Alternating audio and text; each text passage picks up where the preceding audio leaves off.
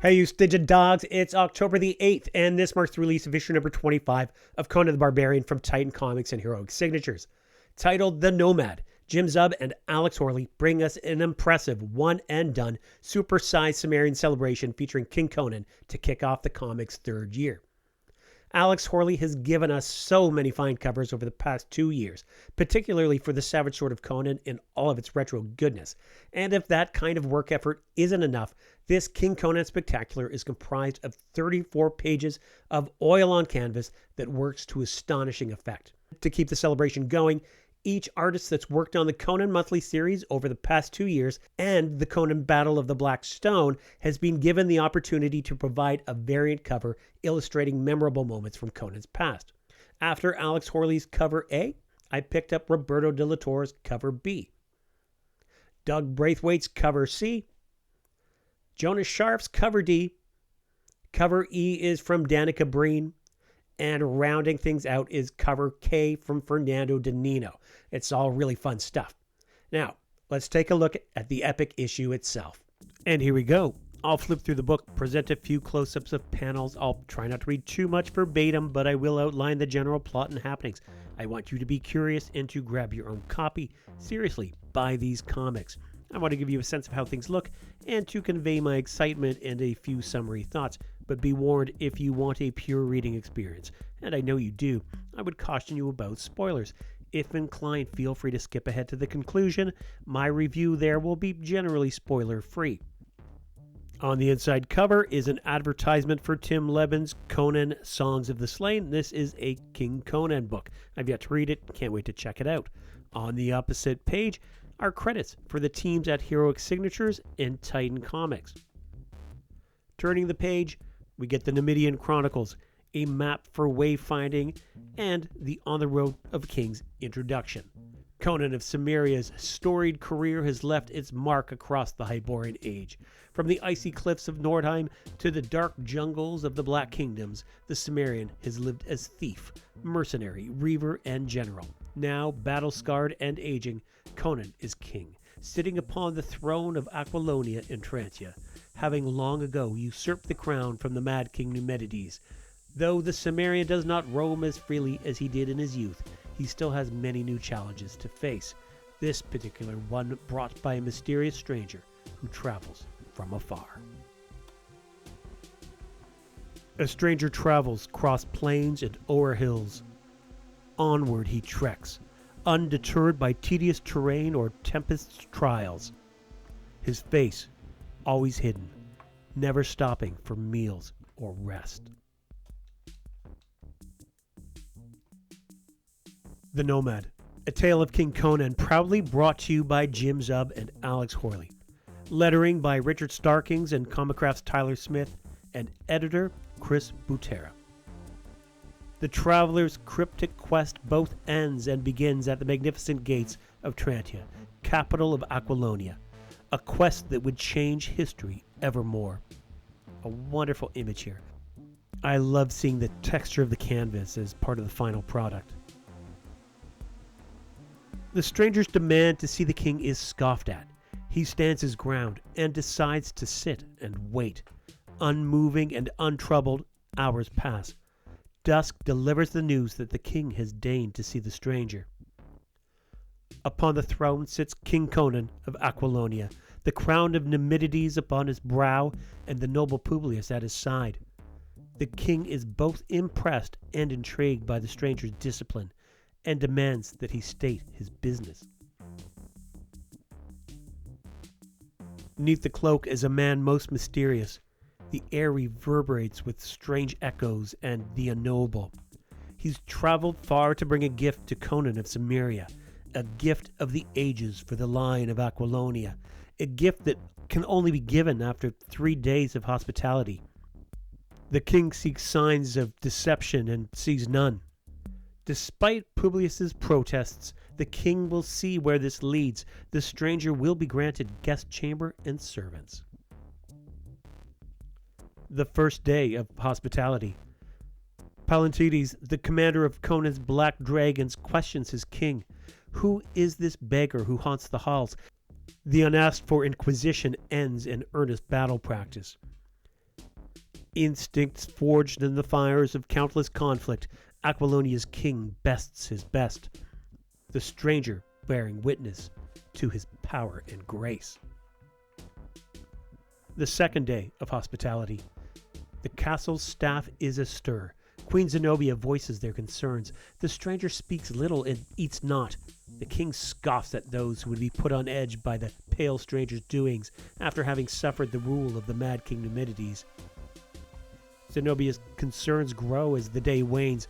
Will the stranger's cryptic gift make all that Conan built through his own strength and willpower appear weak? Tomorrow his gambit will be made clear, and its consequences dealt with. The third day of hospitality. Torrential rains and cascades of lightning is pathetic fallacy.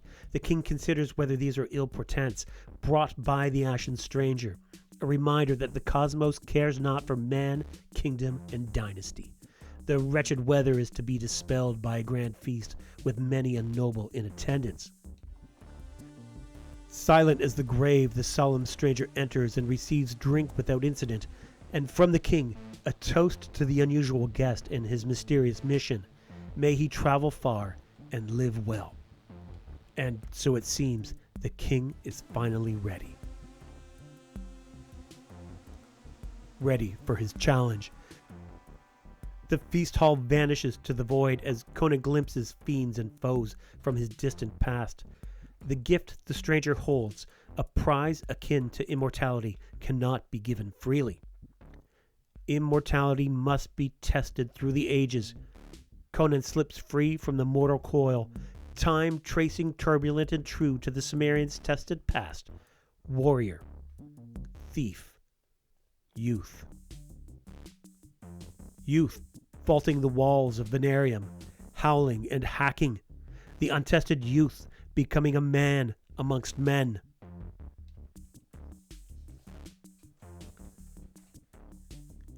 A wanderlust not sated, northward he treks to the lands of the Frost King's children. These, his first foes from beyond mortal ken, faced once again.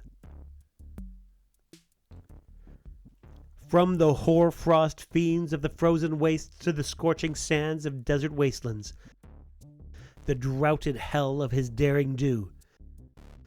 Could this half-man rogue end the Nomad's challenge? Every adventure, every conflict, seemingly reborn from a witch's brew, memories, miseries, and madness. A queen comes calling back from the abyss, avarice and adventure traded for tragedy, travails to test the limits of hollow hubris. Breaking free from the crucifix's cradle, this is no thrashing of futile fury bound for bloody embrace.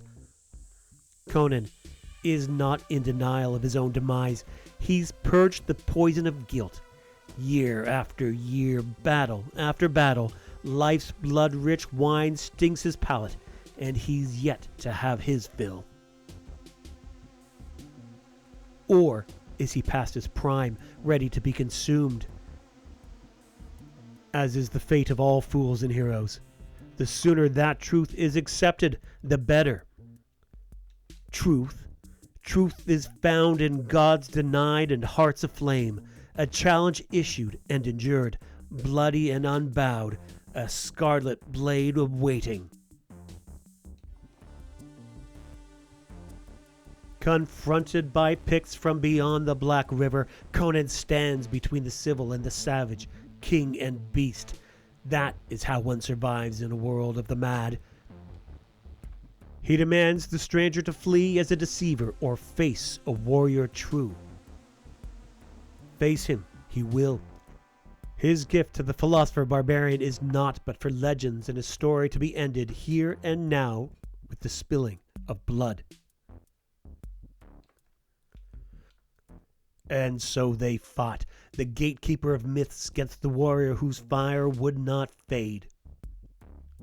The victor demands that he be sent back to Triantia, but first he must claim his victory.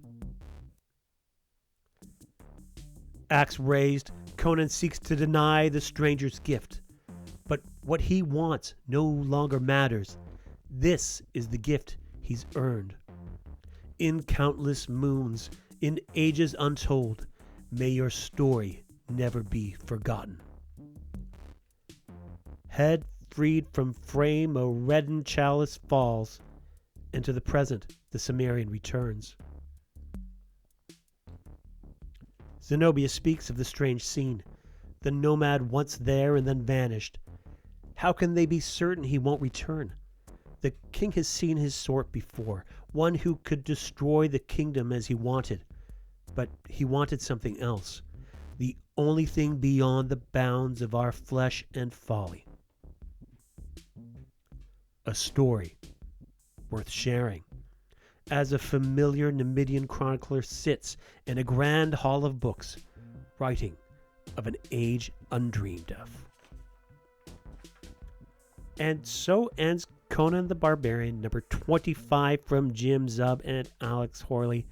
And man, what a wonderful celebration of really the past 2 years and Jim Zub's achievement. Alex Horley's work is just great. Like, how much effort did he give to this issue? I'm just really impressed by this.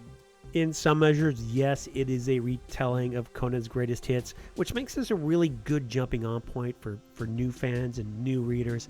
But it's a wonderful meditation on Conan's rule and his growth to greatness, his own abilities, his insights into matters most human, and what makes him such a superlative, warrior and king.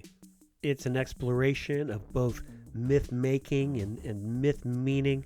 Just great. I'll have much more to say in the conclusion and review, so join me there. Just spectacular. Loved it. Opposite the final page is an advertisement for the Conan the Barbarian bound in black stone deluxe edition, and this does look great. It's oversized. I know Jim posted some pictures to show the size differences, so it's bound to be spectacular. Available in all good bookstores and online, so I'd encourage you to check it out. And then, turning the page, we come to part 25 in Jeffrey Shanks' series of essays, this one titled The Numidian Chronicles and the Legend of Conan the Cimmerian. A fitting topic for this issue. It really rounds things out. Jeff begins by quoting Robert E. Howard's letter to P. Schuyler Miller and John D. Clark.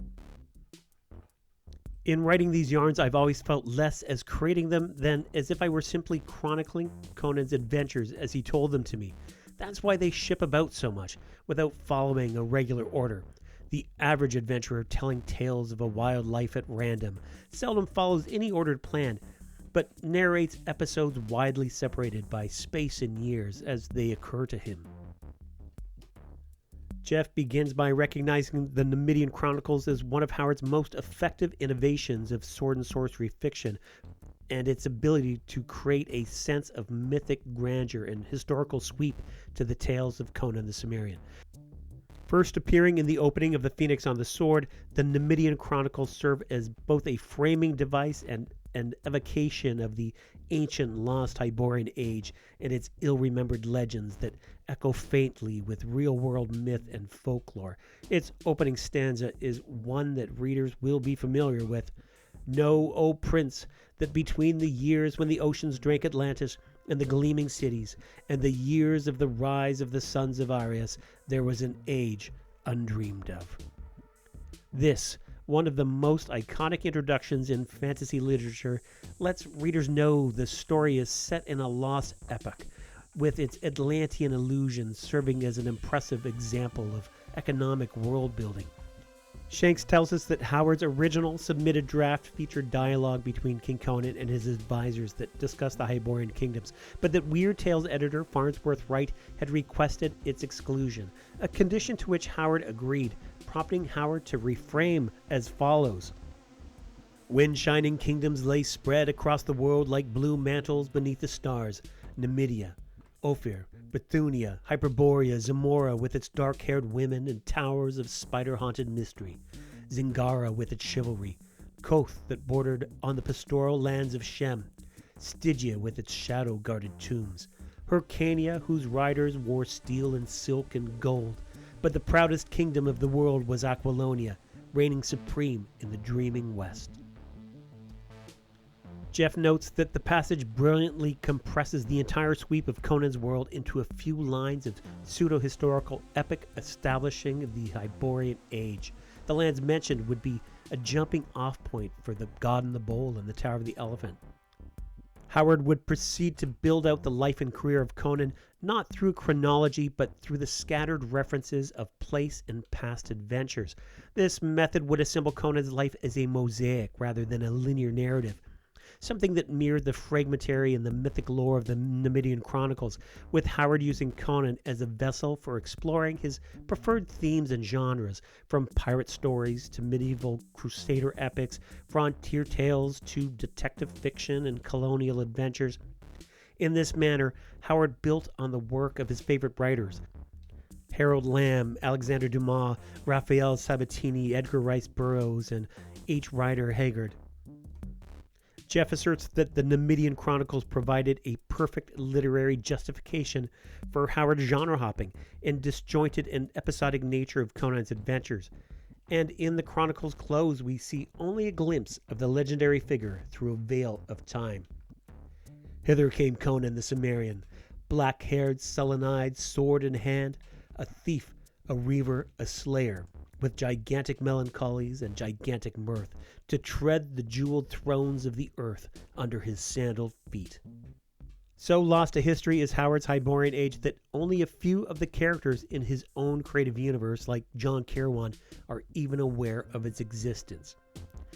Having written the Conan stories for several years, Howard had a much clearer picture of the Cimmerian's life, and he wrote to P. Schuyler Miller and John D. Clarke, who had attempted to develop a timeline of the Cimmerian's adventures, and gave broad approval of their efforts, acknowledging that the general sequence matched his own vision of the character's career: thief, mercenary, pirate, bandit, general, and finally king. In the same letter, Howard speculates that Conan sailed west from the shores of the Hyborian Age kingdoms and vanished from history, a fittingly mysterious end for a mythic figure. Well, scholars still debate the sequence of the Cimmerian's adventures. The beauty of their saga lies not in the chronology, but in the organic unfolding of Howard's vivid imagination. Visionary, enigmatic, and evocative of a lost legendary epic, Conan's adventures in the Numidian Chronicles, like the real-world epic The Odyssey, weave myth and history into a portrait of a timeless hero, larger than life, who strides triumphant through an age undreamed of. As always, Jeffrey Shanks' essays are a must-read, and this was a great one. Turning the page, we get some sketches of Alex Horley's work, obviously prior to his paint work, and there's a nice little blurb by Jim Zub here.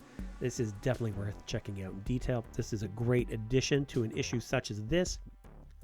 And then, on the next page is Astonishing Exchanges. This is a Q&A with Titan's own astonishing Alex Horley. So definitely check that out in detail. I love on the upper right page, it's a Conan drawing from Alex Horley at age 8. So, you know, this was his destiny, obviously. After that, we get this month's covers gallery. I didn't grab everything. I grabbed enough. And then, on the back cover, pre-order now, only a couple days left for the Conan Battle of the Black Stone limited edition figure. It's great. Check out my video. Take the opportunity to order this. Otherwise, you're going to have to pay retail prices, and, you know, those prices get jacked up. But it's a fun figure. Lots of great accessories. I highly recommend it. And there we go. Fantastic issue. Jim Zub and Alex Horley's issue number 25 of Conan the Barbarian is clearly a product of their love for the character. These are fans creating something for fans. And ours is a community of fans that has grown through authentic engagement and a passionate enthusiasm for Conan and Robert E. Howard. Indeed, the raison d'etre of this channel is the celebration and proselytization of Robert E. Howard and his works. With this in mind, I need to take this opportunity to ask you to take a moment right now to subscribe to the Robert E. Howard Foundation and to check out the top link in this video's description. Listen, Robert E. Howard needs our help. The Howard House in Cross Plains, Texas requires some pretty extensive and expensive restoration. Additional details will be forthcoming, but it is incumbent upon us to do our part to save this treasure for future generations. The room where Howard wrote his stories is a place of power, a place of inspiration, and it's up to us to make sure that future generations understand the importance of Robert E. Howard's legacy. Share, like, and subscribe to spread the word. This will certainly be an ongoing topic among our common communities well into the future. And please, if you haven't already, check out my Howard Days videos to get a glimpse of the fellowship that Robert E. Howard's house offers. Conan the Barbarian number 25 from Titan Comics and Heroic Signatures is an absolute beast of an issue. This supersized 34-page one-shot crafted by Jim Zub and Alex Horley launches the series' third year with a standalone King Conan epic that's got everything. From heart-pounding action to deep introspection, this is a celebration of the Cimmerian's legendary saga. Jim Zub's tale introduces us to a mysterious nomad who, after 3 days of hospitality, takes King Conan on a wild ride through his past, reliving iconic moments like the battle at Venarium, the besting of the Frost King's children in the frozen wastes, the now familiar and devastating loss of Belit, and so much more. Zub delivers a gripping tale of a man shaped by the travails of his past. It's a journey of hard-won wisdom and the growth to greatness through an unquenchable fire for life. As thought-provoking as it is exciting, Zub's tale explores the essence of what forms Conan's immortality through the gift of tale and legend. Alex Horley's art is flat-out incredible. Every page is oil-on-canvas excellence that bursts with texture and intensity that elevates the dreamlike quality of the story's more ethereal moments. Horley's work doesn't just illustrate, it immerses, capturing the savage beauty of Robert E. Howard's Hyborian age in a way that feels both timeless and fresh. Conan the Barbarian number 25 is a generous celebration created by and for fans, and we couldn't ask for a more satisfying start to this series' third year. Thanks for watching. Like and consider subscribing. Don't forget to pre-order the Conan Battle of the Blackstone action figure. Also, be sure to check out my nerdy opening of 2 packs of Conan Chromium cards that have been sealed for 31 years. And until next time, take it easy, you Stygian Dogs.